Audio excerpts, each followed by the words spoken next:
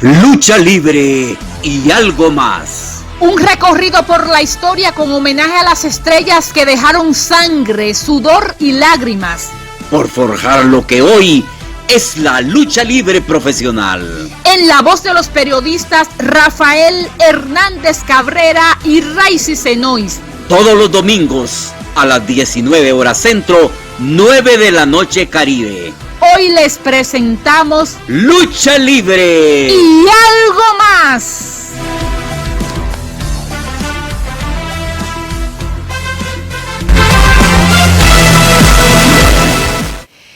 Gentiles televidentes, esto es Lucha Libre y algo más. Hoy con una entrevista especial para esos seguidores del deporte más antiguo y también que llevan la trayectoria de la época de oro y la época de diamante de la lucha libre en Guatemala. Para mí es un privilegio contar con la presencia del Lacandón 1 y también el Lacandón 2.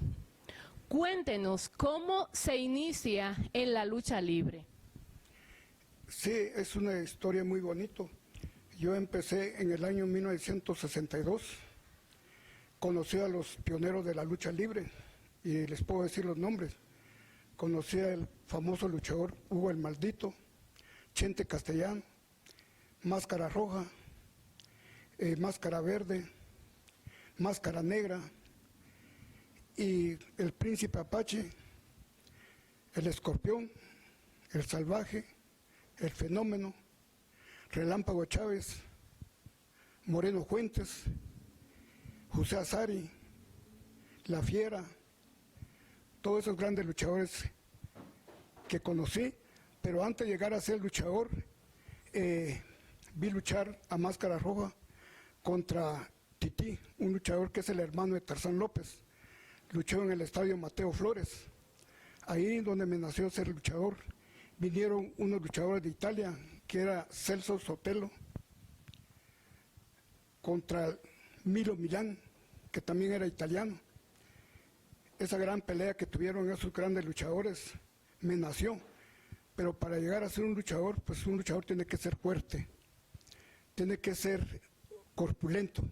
Entonces me dediqué primero a entrar a un gimnasio de levantamiento de pesas y participé en un certamen en el año 1965 y allí donde ya dejé el deporte, lo que es el fisiculturismo, y ya entré ya lo que es la lucha profesional. ¿En qué año inicia el Lacandón 2? Bueno, prácticamente ya nos tratamos de meternos en la lucha como en el 70. Nos acercamos al Palacio del Deporte para entrenar lucha olímpica, pues ya que la olímpica es una base sólida para entrenar lucha profesional. Pues. En eso, pues ya en ese tiempo, pues, ya hubieron oportunidades de foguearlos en todas las arenas chicas de que existía en Guatemala en ese tiempo, pues. En la época de oro, ¿era un requisito para ser luchador profesional primero haber sido luchador olímpico? Así es, ese era requisito en ese tiempo. Para ser profesional tenía que ser uno, por lo menos campeón de su categoría, para que le autorice para entrenar lucha profesional, pues. Y eso fue lo que se hizo primero, pues. Porque la olímpica es un deporte también de fuerza y de conocimiento duro. Usted hablaba de una lucha emblemática con el español Celso Sotelo y el italiano Milo Milán. ¿Se recuerda en qué año y en qué lugar también se efectuó esta lucha? Esa lucha se efectuó en el año 1963. Porque prácticamente yo ya estaba conociendo lo que era la lucha libre en Guatemala. Precisamente ahí en la Sexta Avenida pasaba un pick-up anunciando a todos los luchadores, los que para hacer su anuncio los días viernes y domingo era la lucha. Y en ese tiempo pues es lo que se habla en la época de oro, ¿verdad? Porque no cabía ninguna aguja en el gimnasio de oro para sus flores. cada vez que habían combate los viernes y domingos, no cabía la gente, realmente no cabía la gente. Yo tengo fotos, recuerdo de esas luchas, y cuando yo también estuve luchando yo en esa época, y los vi, demasiada gente, y a veces no podía uno pasar en medio de la gente del ringside para poder subir arriba del ring. Otra historia que me recuerdo yo fue el Santo el Enmascarado de Plata cuando vino a Guatemala. Tal vez algunos de los bomberos se recuerdan esa lucha por si todavía se encuentran en sus casas. Esa época me acuerdo yo que cuando se presentó el Santo, le hicieron una valla para poder entrar al ring. Fue comandado por los bomberos, lo entraron en el ring al famoso Enmascarado de Plata, cuando por primera vez vino en Guatemala. ¿Cuál fue la reacción de los guatemaltecos al tener ya aquí en tierra guatemalteca al Enmascarado de Plata, que había tenido una fama enorme, no solo en México, sino también en los Estados Unidos? Correcto. Eso fue una noche muy emocionante porque le puedo decir que esa noche no cupo la gente en el gimnasio. No cupo, porque fue demasiado, inclusive llegaron al aeropuerto a traerlo allá, porque recuerdo que en el gráfico sacaron una foto de él donde estaba bajando en el avión.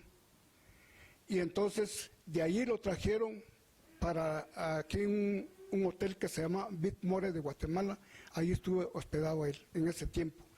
De ahí en la noche se amontonaban la gente esperando la salida para que él llegara al gimnasio. Y entonces la gente lo que se hacían en esa época era ya como a las 6 de la tarde estaban haciendo ya cola para entrar al gimnasio, porque en ese tiempo la lucha era a las 9 de la noche. ¿De dónde nace la pareja de los Lacandones? Bueno, surgió en prácticamente como una emergencia que yo tuve que luchar en una arena desaparecido que se llamaba Máscara Negra.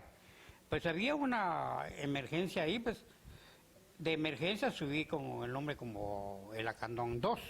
De ahí pues ya se hizo pláticas con el compañero y entramos de acuerdo a que quedara ese nombre, ya que yo tuve varios nombres, incluso había una arena de Coliseo Florida que yo dejé una máscara ahí como tarántula, que yo era enmascarado. Pues también en el Gimnasio Nacional dejé también una máscara que luchaba como el duende. Pero en eso ya surgió la pareja como Lacandón. Comenzó por una emergencia, pero entramos en plática con el compañero, pues ya quedamos así con la pareja. ¿Cuál fue la aceptación del público guatemalteco? Bueno, ya nosotros luchando los dos ya en pareja, ya el público pues aceptó, pues porque la forma que nosotros luchamos, pues en especial violencia y todo eso, como eso no les parece al público, a que uno vaya a golpear a sus ídolos, ¿verdad? Entonces fuimos muy aceptable esa pareja. Estamos conversando con la pareja de los Lacandones. José Azari fue un emblemático luchador guatemalteco. Aparte de luchador profesional, también fue luchador olímpico.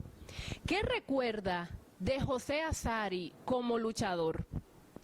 Sí, lo recuerdo mucho, José Azari, a pesar de que él era un técnico. Pero en la vida privada pues éramos muy amigos y fuimos a muchos lugares y prácticamente pues fue una gran persona conmigo y lo admiré también como un gran luchador olímpico, como que también yo lo fui también en el año 1964, fui luchador olímpico también, porque lo que dijo el compañero pues se me había ido pues de contar que para entrar uno en el Palacio de los Deportes no cualquier luchador entra sin que no tenga la escuela como luchador olímpico. Porque en esa época, vuelvo a repetir, que vinieron grandes luchadores como los hermanos Espantos, Encavernario Galindo, Mario el Hermoso, Relámpago León, Oso de Peral Villa, Sombra Verde y el Chanoc. fueron unos grandes luchadores que vinieron, muchísimos luchadores conocí de México, que vinieron a Guatemala. En la época entramos, cuando conocí a José Azari, ya lo había conocido, porque José Azari era un gran luchador.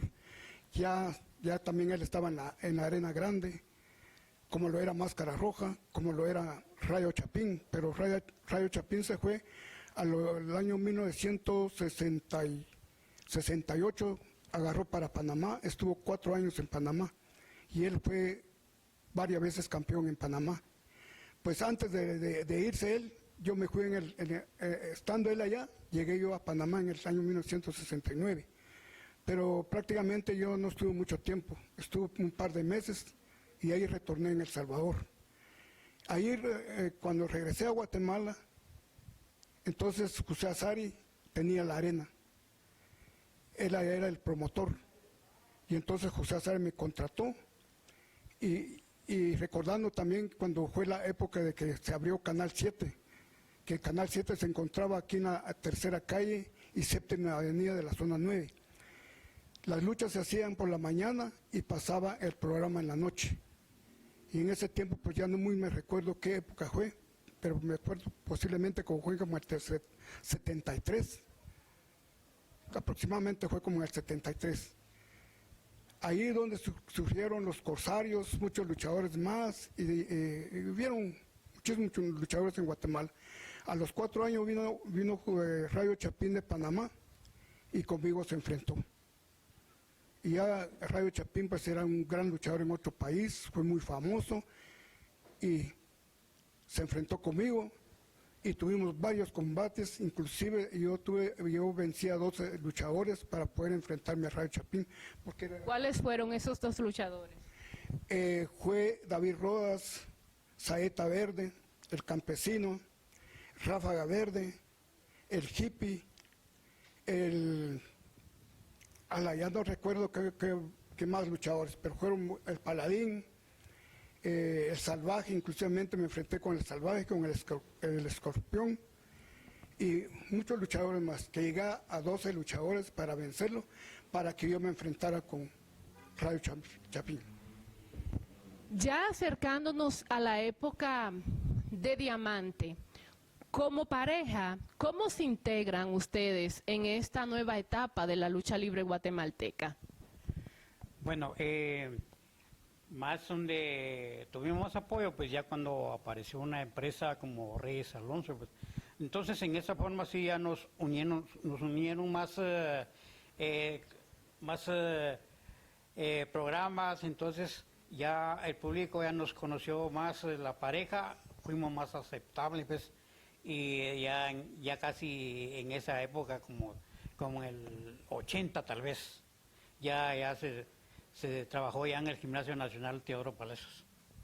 Bueno, antes de continuar, quiero enviar saludo a Roselio Tucubal, un gran rudazo, ¿verdad? La verdad que sí, es un gran muchacho, aparte de eso, pues, es mi hermano. Por el momento reside en Estados Unidos. Si él va a ver esta grabación de acá, yo le mando un saludo, un abrazo de mucho cariño, pues ya que Roselio es mi hermano, aparte de él comenzó conmigo a hacer sus tanes como luchador profesional, pues yo fui el primero en enseñarle y todo. Ya después yo mismo ya lo integré con el grupo de los compañeros, entonces y él ya llegó hasta en este momento, pues estuvo durante la época en el Gimnasio Nacional, pues estuvo con varios luchadores extranjeros como mexicanos, salvadoreños y todo. Como los Lacandones, ¿cuál es la pelea más emblemática que usted recuerda? Bueno, todas las peleas son muy importantes y son difíciles porque cada compañero son difíciles, pero sí, me recuerda a mí una pelea que lamentablemente yo probé suerte en el Gimnasio Nacional, una disputa de cabelleras, y es la primera vez que yo perdí la cabellera en Gimnasio Nacional con mi compañero que está, pues en una pelea con el Torbellino y el misterioso, lamentablemente perdimos, pues. Perdí la primera vez que yo perdí la cabellera en Gimnasio Nacional. Estamos conversando con la pareja de los Lacandones, pero Rayo Chapín es otro de los luchadores emblemáticos de Guatemala, con una larga trayectoria, convirtiéndose también en otro de los máximos representantes de la lucha libre centroamericana. ¿Qué combate recuerda con Rayo Chapín? Sí, con Rayo Chapín el combate que estuvimos fue cuando nos presentaron en Canal 7. Ahí fue la primera vez que nos enfrentamos y lo vencí. Y es cuando un luchador técnico pues no le parece que pierde pues un combate. Fue cuando él hizo reto ante el público, quería la revancha. Le di la revancha y lo volví a ganar. Allí donde ya entramos ya con como tratándose de un gran enemigo, porque él había viajado ya en Panamá, como le había dicho antes. Él ya pues se sentía un campeón y mi respeto es para él, ¿verdad? Entonces, pero yo también soy luchador y puedo demostrar a cualquier luchador lo que vale un luchador en un ring. Entonces yo lo demostré a él, lo vencí 3 veces, pero lamentablemente cuando tuvimos un combate sin límite de tiempo, ahí es donde nos quedamos noqueados y tengo una revista donde estamos ahí noqueados con él.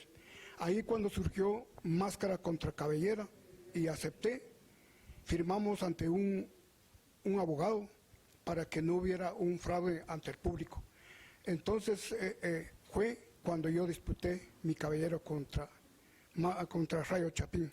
Fue en el año 1976 en el Gimnasio Toro Palacio Flores.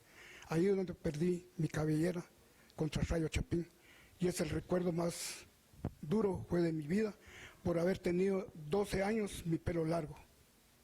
Desde esa época pues seguí luchando. Gracias a Dios, pues, en todas las empresas. Otra, antes de finalizar, en las empresas que yo trabajé, todavía conocí el famoso empresario León Mirraí. Fue el primer empresario en Guatemala. Después de él fue William Galán Palomo, Efraín Molina y el señor Osvaldo Johnson.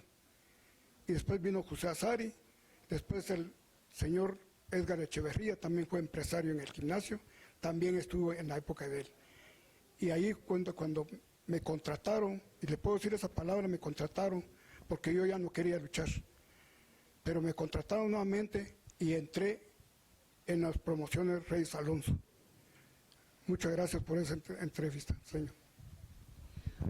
¿Cuál es el máximo rival que recuerda? Bueno, todos los rivales han sido difíciles, pero entre todo eso siempre nace una persona que lamentablemente quieren ser mejores que uno, pues.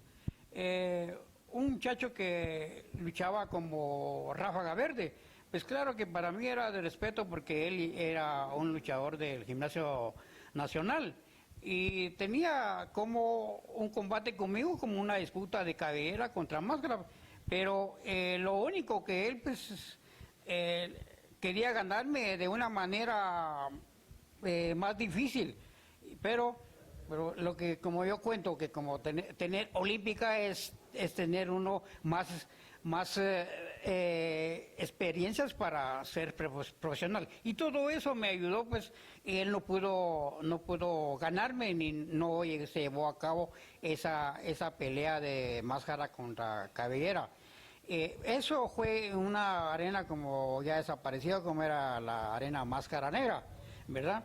Pues lamentablemente sí, para mí es mucho de recordar, porque sí, él trató de golpearme, pues, incluso como decimos, quebrarme, pero no pudo, pues gracias a Dios, como mi preparación que tuve, pues traté de defenderme, pues, pero sí, a mí no se me olvida, pues, porque sí quiso golpearme ese muchacho. Lamentablemente ese muchacho pues ya no está, pues ya falleció. La lucha libre no se detiene. De hecho, desde que nosotros nacemos, somos luchadores y es un deporte que continúa interesándole a la nueva generación. ¿Qué consejo usted le ofrece para esos que están interesados en la lucha libre profesional? Sí, el consejo que les puedo dar a también grandes luchadores que yo los conozco, porque gracias a Dios de mi recuerdo como luchador, ellos se han acordado de mi persona, me han invitado y me han hecho homenajes en varias arenas. Los nombres de las arenas no podía decirles, pero vi en varias arenas de aquí de la capital. Podría ser uno que estaba en la 17 calle y 7ª avenida, y el otro que estaba en la 9ª avenida y 8ª calle aproximadamente, y la que está en la avenida Bolívar. Todos esos lugares me invitaron, me dieron mi trofeo, y estoy muy agradecido con todo ese elenco de luchadores que fui invitado por ellos, y precisamente yo los vi luchar. No puedo decirles que son malos luchadores porque son grandes luchadores, pero hay una cosa muy importante, el consejo que les voy a dar, es que tienen que luchar para el público, no para ellos. La lucha es para el público, porque el público paga para entrar a ver un espectáculo. Porque la lucha de ahora no es como la lucha de antes, que era la lucha de ras, de la lona.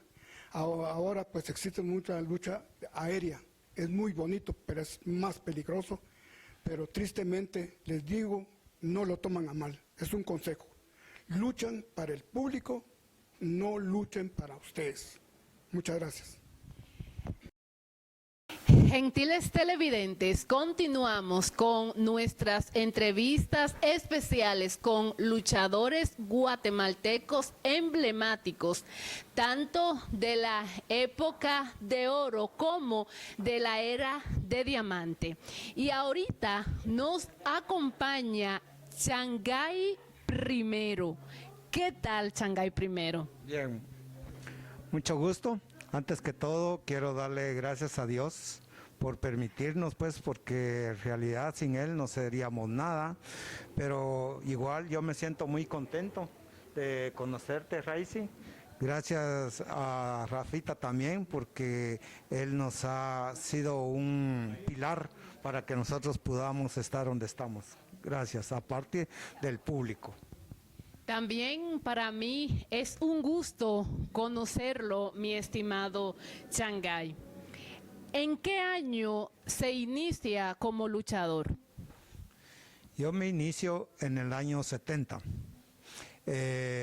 porque antes de darme inicio en la lucha profesional, pues tuve que pasar por una escuela y fue la escuela olímpica. Yo estuve de la edad de 14 años, estuve en la olímpica y mi maestro fue Osvaldo Johnson.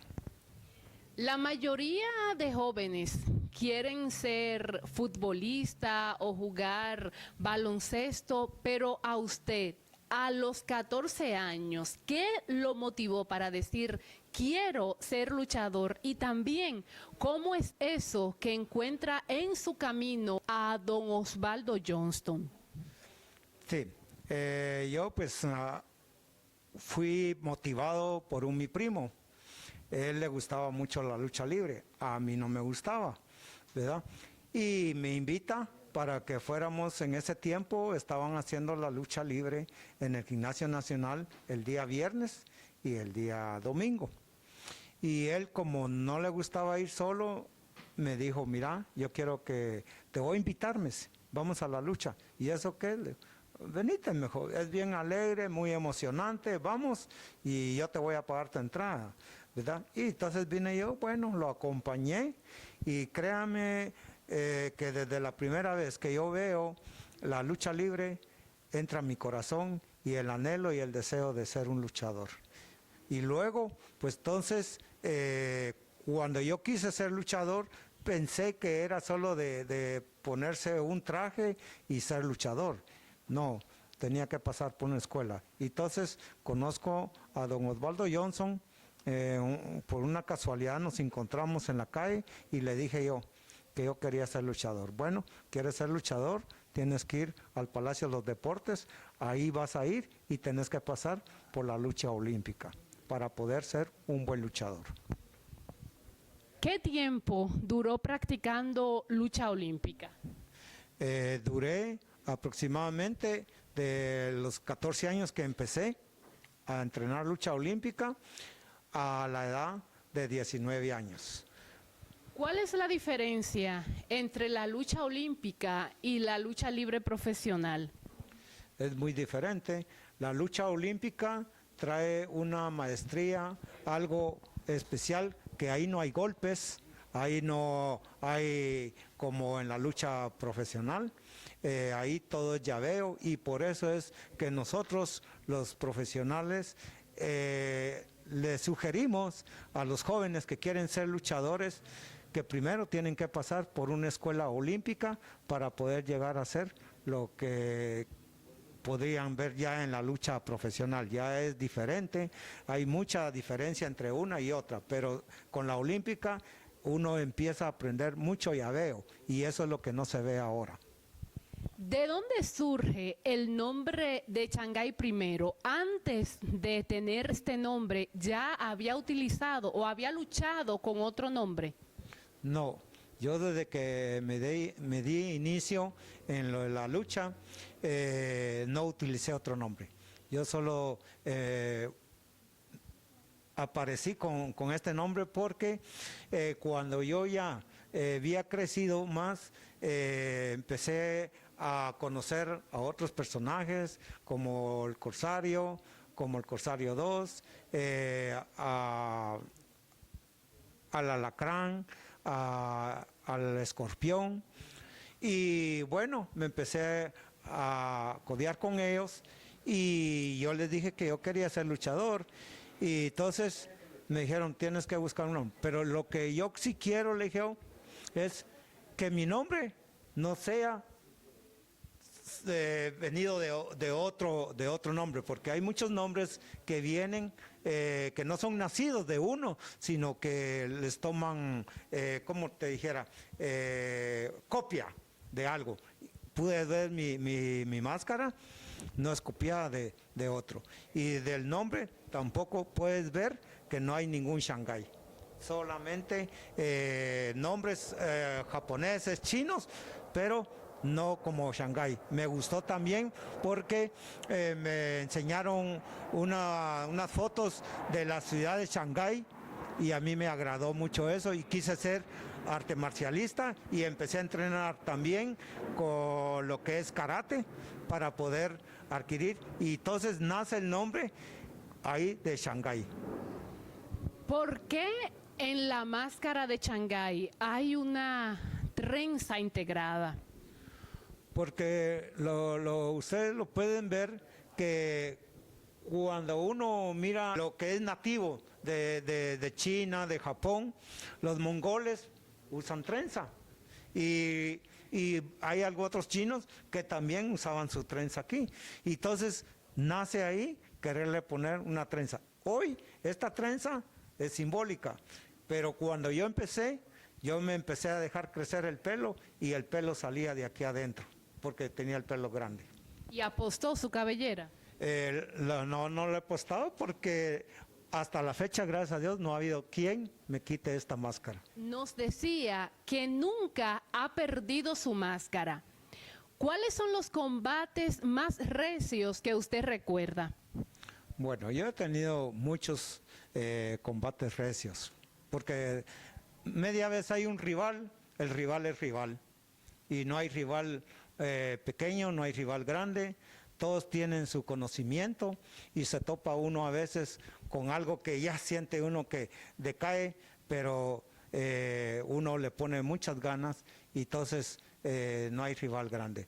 Pero se me viene a la memoria que empecé en la lucha, y llega el año 77, cuando llega la primer rivalidad entre la Tarántula, que fue mi primer disputa de máscara.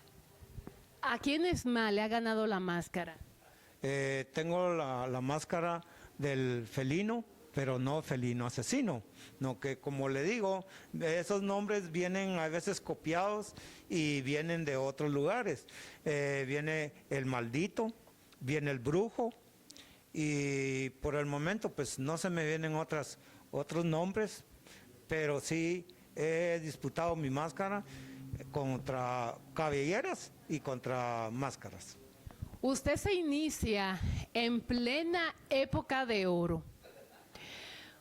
¿Cómo se le llamaban en esa época a las arenas que no eran grandes? Porque fuera de cámara me hizo un recorrido histórico muy interesante. ¿Cómo surgen otras arenas?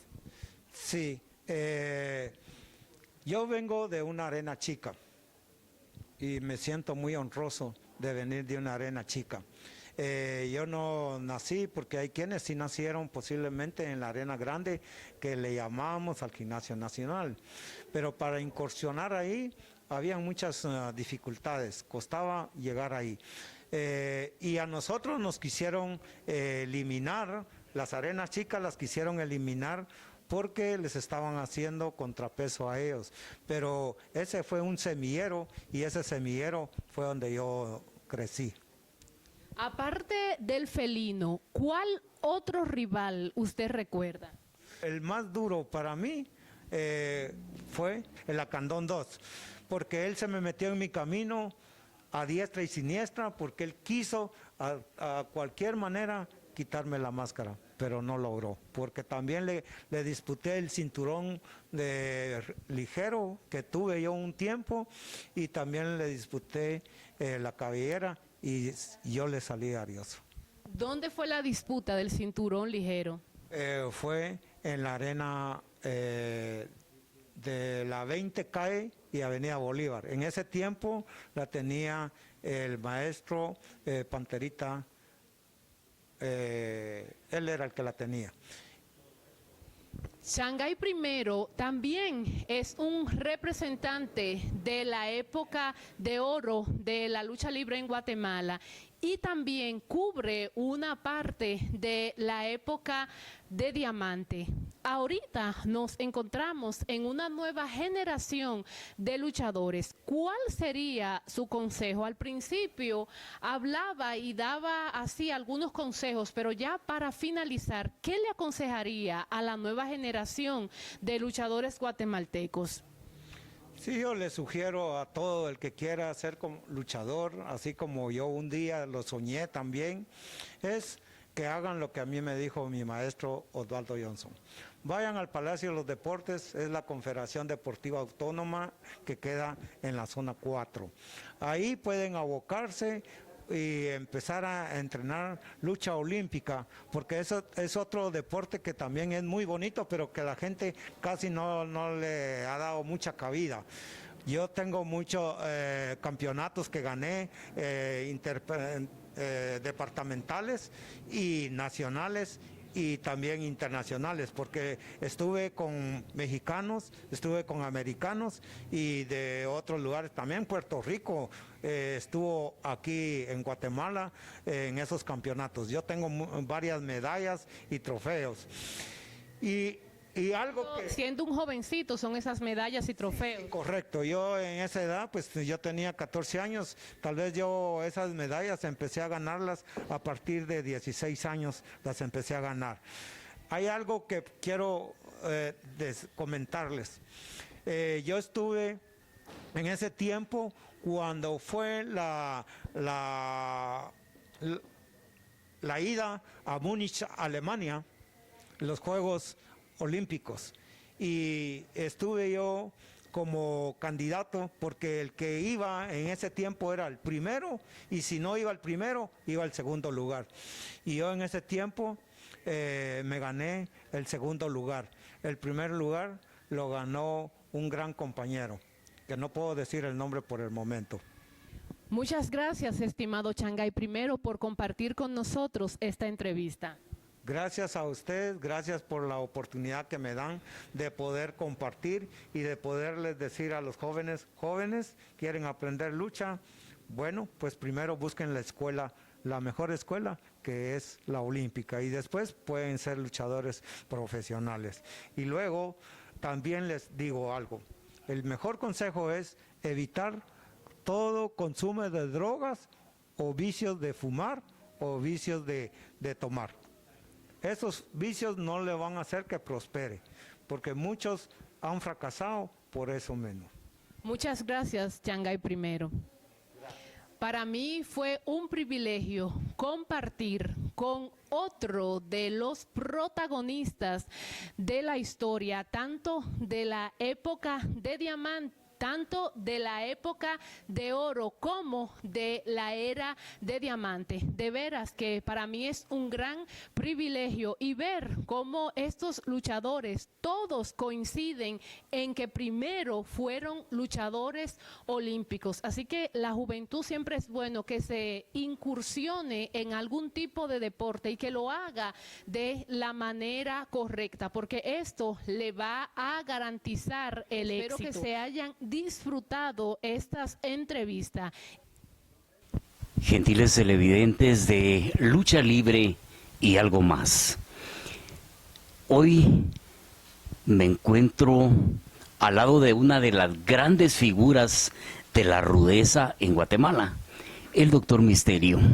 Raicy comentaba en uno de los programas anteriores que muchas veces la gente confunde un peso welter con un peso completo y hacen comparaciones ilógicas, pero cuando hablamos de los pesos medios, pesos welter, siempre el Doctor Misterio va a tener un lugar y sigue siendo un misterio.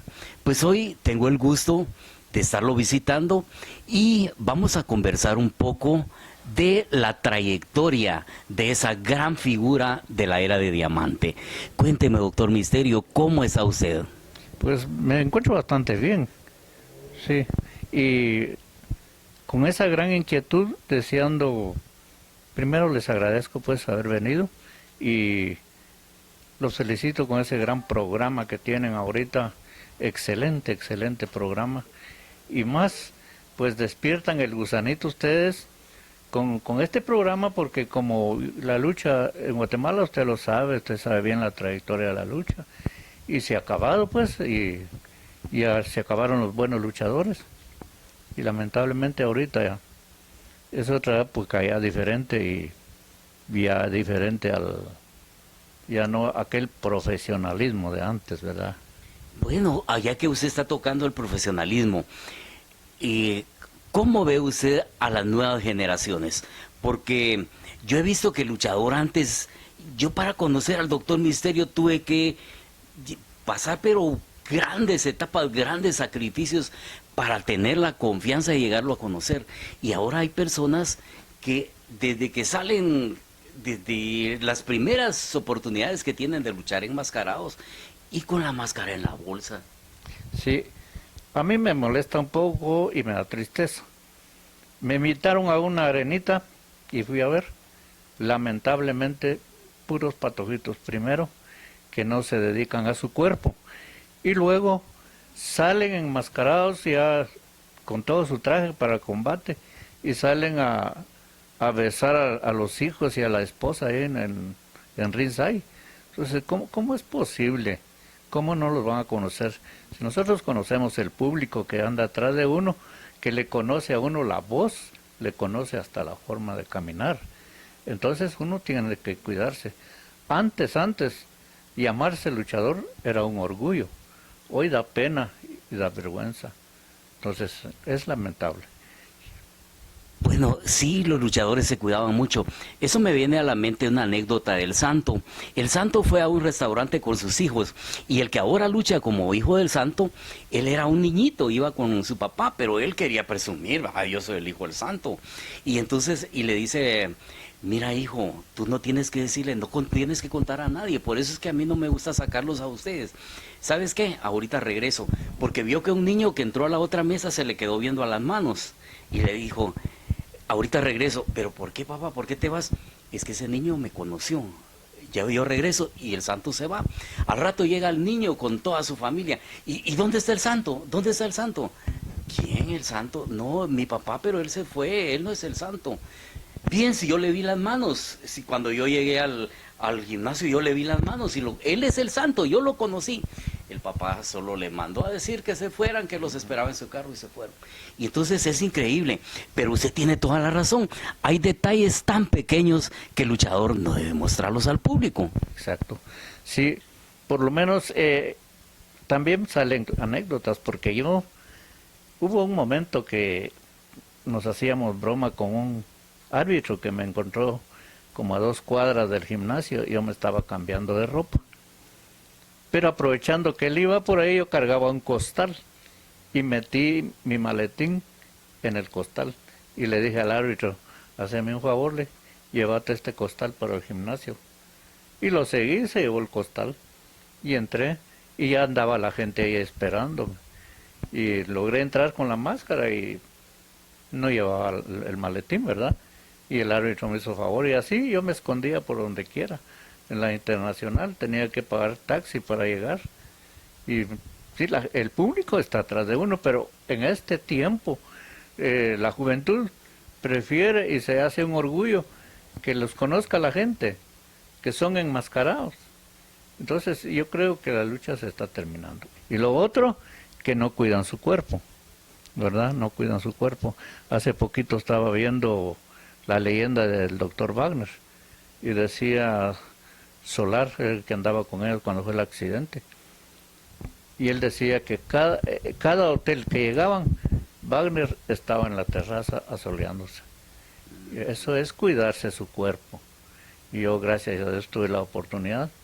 Yo nunca llegaba al gimnasio sin antes broncearme, y siempre me bronceé, y gracias a Dios, pues no es por orgullo que las grandes figuras de Guatemala me confundían, me compararon con el doctor Wagner, y pues yo nunca creí, nunca se hace uno pues lo que tiene, ni sabe uno lo que tiene, ¿verdad?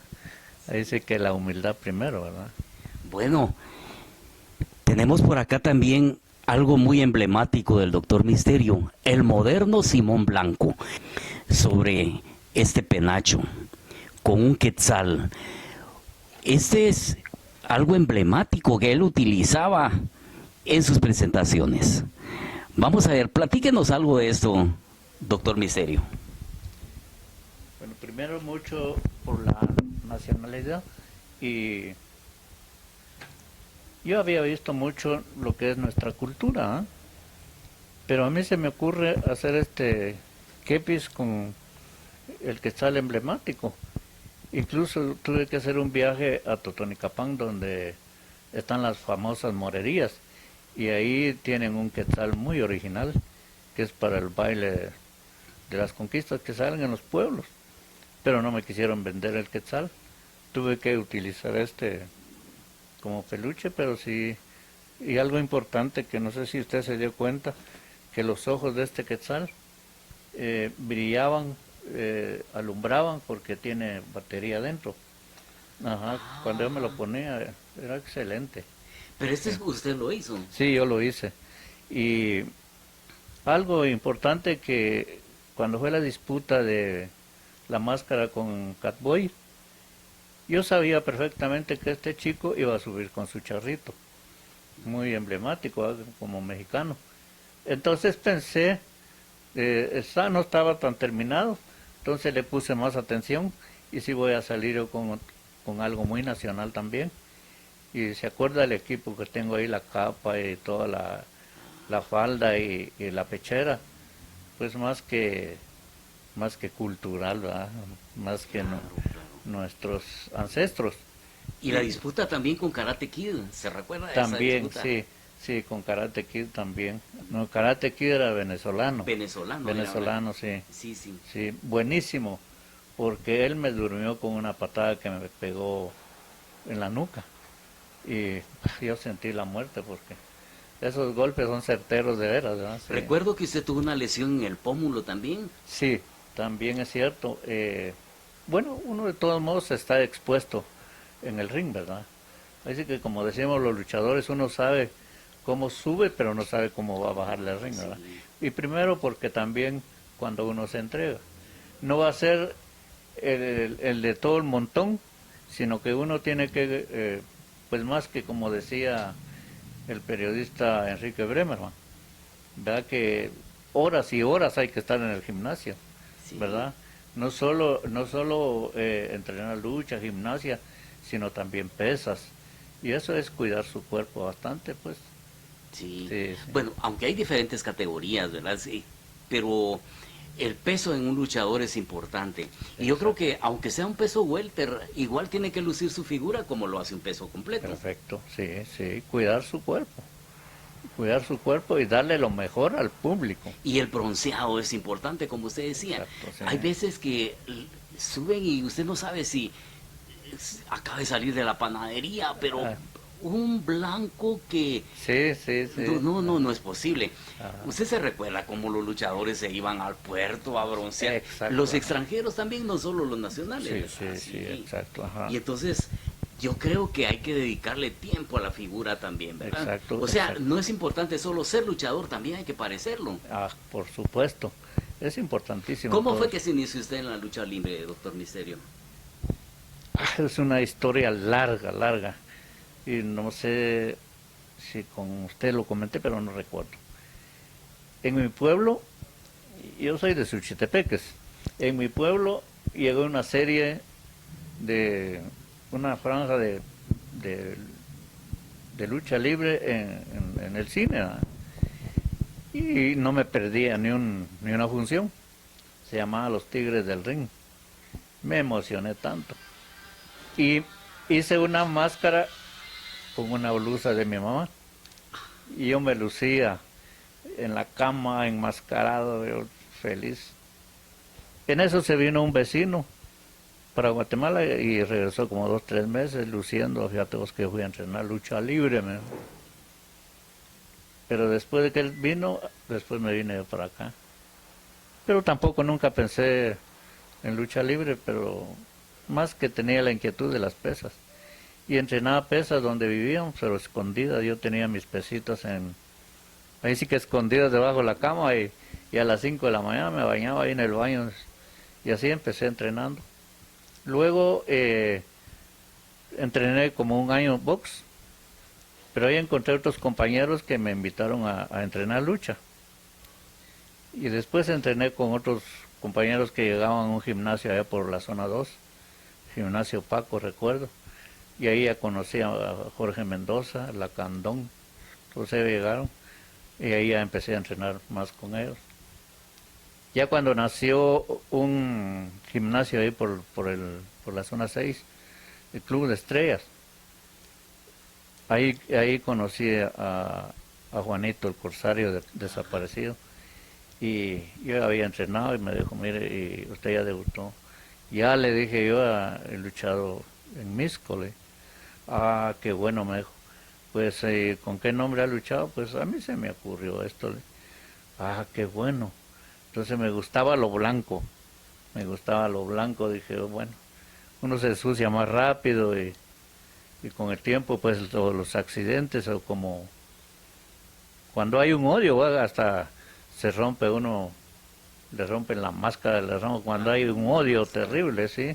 Entonces decía, la máscara se va a ver bien con la sangre. Y de veras, pues, increíble, llegamos hasta ese extremo, ¿sí? Y me rogaron mucho para trabajar con Ring 2000, pero nunca me gustó.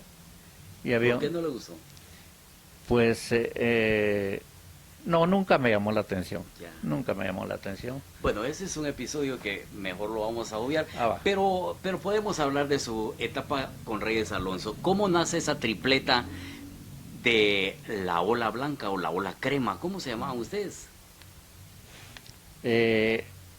Primero, mira, Rafita, yo tengo mucho que agradecerle a Dios y a ustedes. A mí me dieron el privilegio más grande en la empresa Reyes Alonso. Aparte de la gran oportunidad que me dieron un gran privilegio, como de elegir a veces mis compañeros, ¿verdad? Yo tenía que elegir, pues qué interesante, ¿verdad? Pero en eso entrenábamos en el gimnasio de La Fiera y ahí conocí a La Furia. Entonces él me pidió favor si podía darle la oportunidad de ponerse el color blanco totalmente como yo, y él no tenía solo blanco. Y apareció la Furia ya subió como mi compañero. En eso aparece también el signo verde, pero él ya apareció con su traje blanco. Y entonces la empresa nos casó ya como la Ola Blanca. Y sí, también hubo una buena época con los como los rojos. Los rojos y los cremas.